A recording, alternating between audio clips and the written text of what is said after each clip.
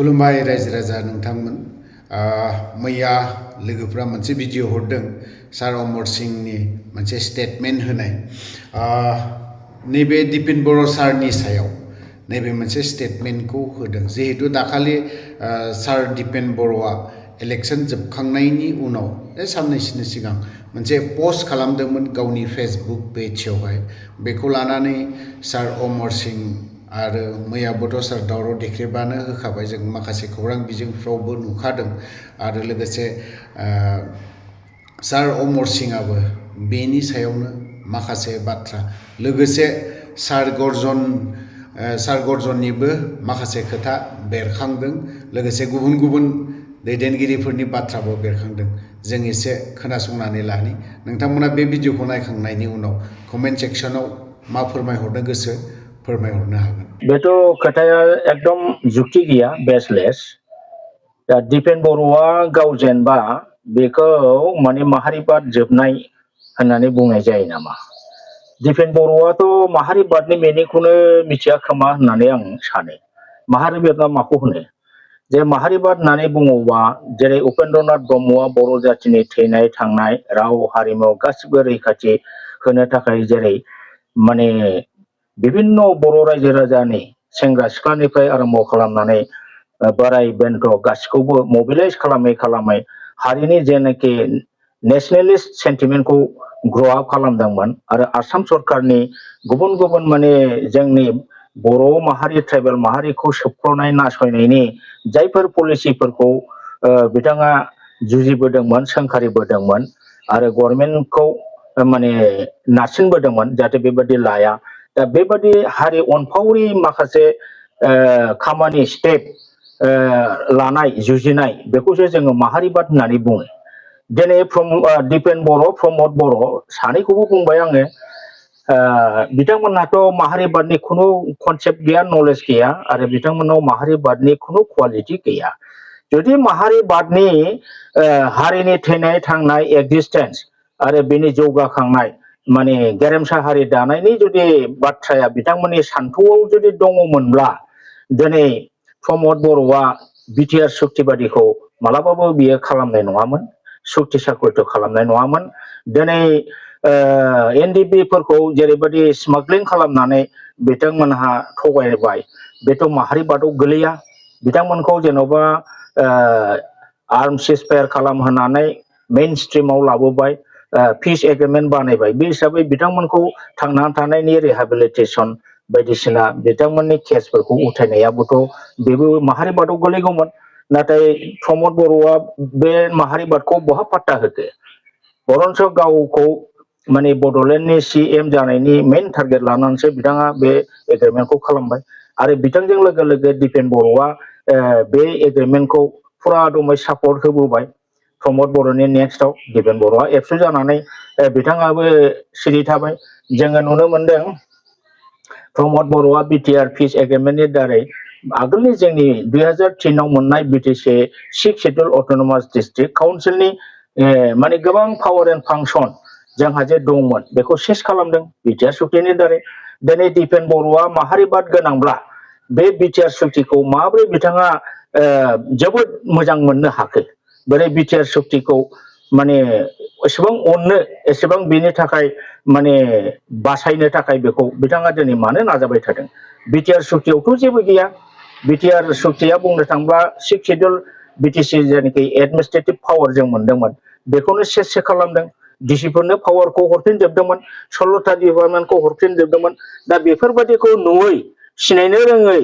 प्रमद बर'आ जे बिटिसि 6 शेड्युलनि पावारखौ गासिबो मोनफा मोनफा सेस खालामदोंमोन दा बेखौ दिपेन बर'आ प्रमद बर'खौ सापर्ट खालामनानै साइलेन्ट थाबोनाय बे साइलेन्ट थाबोनाय बे बिथाङा जे प्रमद बर'नि सिङाव थाबोदों बे मा माहारिबादखौ बुजायदों। जातिखौ मोजां मोनग्राबा जातिनि थैनाय थांनायखौ सानग्राबा माहारिबाद गोनांबा बिथाङाथ' बेखौ प्रतिबाद खालामनांगौमोन। दिनै बिटिआर सुक्तियाव माबा बिटिआर एग्रिमेन्टआव मा दं बेनि जेनाखि MOSनि फार्स्ट जेनाखि स्टेन्जा बेवहाय मा दंमोन जे comprehensive and final solution while keeping intact the territorial integrity of Assam बे होननाया माखौ बुजिदों दिपेन बर'आलाय जे बेयो बर' हारिनि गासै आरो जेबथा सुस्रांनाय सलिउसन जेरावनाखि माने आसामनि मेपखौ खुनु सोलाय सोल' खालामनाय जाला अर्थात आसामखौ सिफायनाय जाला दिनै बे माहारिबादनि बाथ्रा नामा जोंनि बर'फोरनि माहारिबादाथ' बर'फोरनि थाखाय जोङो असमियाजों माने गोरोबनो हाया बिसोर जोंखौ जेब्लाबो दबथायो नासयो जोंखौ अप्रेसन साप्रेसन खालामो जोंनि राइट्सखौ धंस' खालामो होननानैसो सेपारेट स्टेटसो बिदोंमोन दा बे हिसाबै बिगुराज मोनसे आन्दलन खालामदोंमोन बर'फा उपेन्द्रनाथ ब्रह्मआथ' सेपारेट स्टेटखौ लानाङा होनाखै बिथाङा होनदोंमोन जे काउन्सिलबाबो लाथो जा पावार मोनो बेखौ लानानै सलि आरो बिदिनो 10-15 बोसोर रेस्ट लानानै इनार्जि बुथुमनानै आरो आन्दलन खालाम आरो बिदिनो एग्रिमेन्ट खालाम आरो बांसिन पावार ला जोबथारनायाव खिन्थु सेपारेट स्टेट आल्टिमेट गल इज सेपारेट स्टेट बेखौसो जों माहारिबाद होननानै बुजियो दिनै कमप्रिहेन्सिभ फाइनाल सलिउसन 2020नि 27 जानुवारियाव खालामबोनाया खुनु बे माहारिबादनि थिउरियाव गोलैया मानोना बियो बर' हारिखौ रैखाथि होनायनि मोनसेबो सेफगार्ड गैया बरन्स बिटिसिआव मोनखानाय माखासे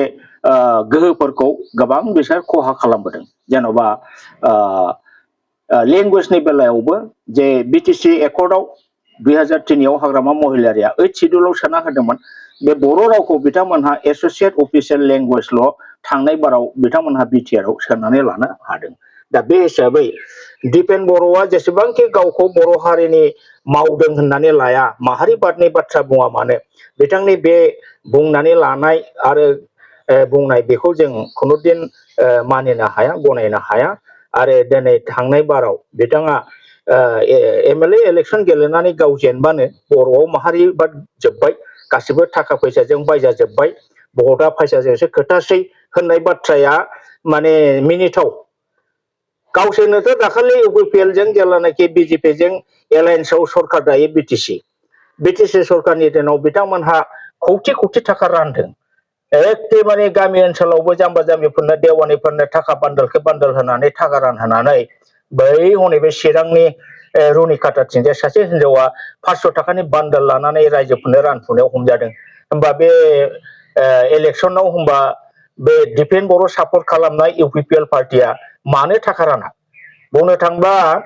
एबसु आरो इउपिपिएलआ बे समाव एबसुखौ बुंब्ला बिथांमोनहा दुखु मोनगोन माने थाखा फैसाजों जोबोद बिथांमोनहानो गेलेबोदों दा दिनै गाव जेननायखाय थाखा फैसाजों बिपिएफआ बायजोबनानै बिजेपिआ बायजोबनानै माने माहारिबादखौ धंस' खालामबाय गासिबो इलेक्सननि मेटारा थाखाजों जाजोब्बाय बिदि बुंनो हादों नोंबो नोंना दाखालि दिपेन बर' बिथाङा गोदोनिफ्राय गेलेबोखानाय प्रमद बर'नि एग्रिमेन्टआवबो थाखानि गेम गेलेबोदों एनडिएफबिखौ सिजफायार खालामहोनाय सारेन्डार खालामहोनायावबो थाखानि गेम गेलेबोदों दाखालि धेकियाजुलियाव सासे प्रिन्सिपालखौ इउपिपिएलनिफ्राय केन्डिडेट होनानै उनाव केन्डिडेटखौनो होआखिसै बाहायबो अशोक सिंगलनिफ्राय थाखानि लेनदेन बिथांमोनहा निश्चय खालामदों होमबा दिपेन बर'आ बेफोरखौ रायजो राजाखौ मिथिया सानो नामा बे जोबोद लाजिथाव दिपेन बर'नि थाखाय इउपिपिएलआ दाखालिनि आसाम एसेम्बलि इलेक्सनाव जोबोद गाज्रि जेनबाय जिर' जाहैबाय एमएलए हिसाबै जिर' किन्तु इउपिपिएलआ जिर' जाथाराखै मानोना बिसोरबो माखासे पार्सेन्टेज भट मोनदों आरो लिडारफोरा दङ दा हिसाबै टटेल पार्टिखौ जिर' जादों होनना किन्तु एमएलएआ जिर' दा मानो थाखाय बिथांमोनहा सासेबो देरहानो हादिया ओंथियाथ' बेसो दा बिथांमोनहा बे गावसोरनि जेननायखौ रायजो राजाफोरा जे इउपिपिएलखौ अनसायला रायजो राजाफ्रा जे मोजां मोनला बेखौ बिथांमोनहा दिनै बे सिखार लानो माने लाजिदों बादों माने बेखौ बिसोरो गावसोरनि जेननायखौ थाखाजों फैसाजों जेनहोदों दिनै बिजेपिनि एलायन्स लानायखायसो देरहादों आरो इभिएमनि दारैसो देरहादों होनदों बेफोर माने माने मा होनो जाम्बानि बाथ्रा दा गर्जन बिथाङा सासे माने मा होनो आङो बेखौ सादा सिदा मानसि बिथांनाव हयथ' गोथौ साननाय केपासिटिया खम एडुकेसनाबो एसे खम जागोन दा जेखौ सानो जेखौ मोनो बेखौ बिथाङा सिदा सिदि थंब्ले थंब्ला बुंलाबायो दा गर्जन मुसाहारि बिथांखौथ' आङो कंग्रेसावनो थाबाय थागोनसो सानदोंमोन कंग्रेसनिनो एमएलए जागोन सानदोंमोन किन्तु बिथाङाबो राजनितिकआव जे एकदम इमिचियर आरो बे जे माने स्टेबिलिटि गैया बे जिनिसा रोखा दिनै माने कंग्रेस पार्टिखौ गारनानै बिथाङा इउपिपिएलआव हाबदों जाय इउपिपिएलआ खुनु माने भिटि गैखाला आदर्श नीति गैखाला पाब्लिक बेस गैखाला बेखौ मिथिनानैबो बिथाङा UPPL आव हाबनाया बेनि जाम्बामिखौ सिखार खालामनाय जाखादों फोरमायनाय जाखादों बेयो UPPL आव हाबालासेनो BPF आव हाबोमोनब्ला दिनै बेसेबां बिथाङा मान मोनगौमोन बिबानबो मोनगौमोन जेरै गुबुन UPPL नि मानसिफ्रा दिनै बारफैदों खाम्फा बरगयारि फैफिनबाय गावनि लाजिनाय मान सन्मानखौ गारनानैबाबो हाबफैफिनबाय दिनै चन्दन ब्रह्म हाबफैबाय बिथां गर्जनाबो माने दाखालि इलेक्सनाव जदिअबा UPPL जों थाबाय दाबो बिथाङा हाबफिननो हायो खिन्थु बिदि होननानै माने UPPL आ आदर्श नीति गैथारिखौ बिथाङा जुदि दं होननानै सानोबा बिथांनि माने साननो हानाय गोहोखौबो जोंहा कुइसन थागोन आरो दा बे हिसाबै बिथांनि बुंनाया जुक्ति गैया जेबो बाथ्रा गैया दा बिथांनि बुंनायखौथ' आङो सम ससियेल मिडियायाव नायनानै मिनिनो ओंखारो बिथांनि बाथ्राफोरखौ दिनै रंगल बर'आबो मालाबा बायदि मैया बुङो बिथांनि खर'आव मा दं मा गैया रायजो राजाया दिनै बुखिनो मोना प्रमद बर'निफ्राय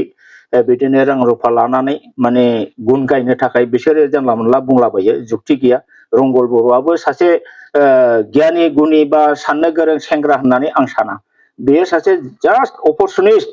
माने थाखानि थाखायल' खोथा बुंलाबायग्रा मानसि जुक्ति गैया बुक्ति गैया जुदि जुक्ति बिजिरनानै नायनो गोरोंबा BTC सुक्ति BTR सुक्तिखौ कम्पारेटिभ स्टाडि खालामनानै खोथाफोरखौ जुदि बुङोमोनब्ला सोरना जुक्ति दं जुक्ति गैया आरो बबे मोनसे सुक्तिया बर'नि थाखाय माने गोनांथार अब्ला जों मानिनो हागौमोन दा गर्जन मोसाहारि बिथाङा जेसेबांखि दा बुङा मानो बिथांनि माने माबाखौ रायजो राजाया बुजिनो बाखि गैला बिथाङा बसे गोथौ दैनि ना दा मानसिफ्रा जों बेखौ बुजिजोब्बाय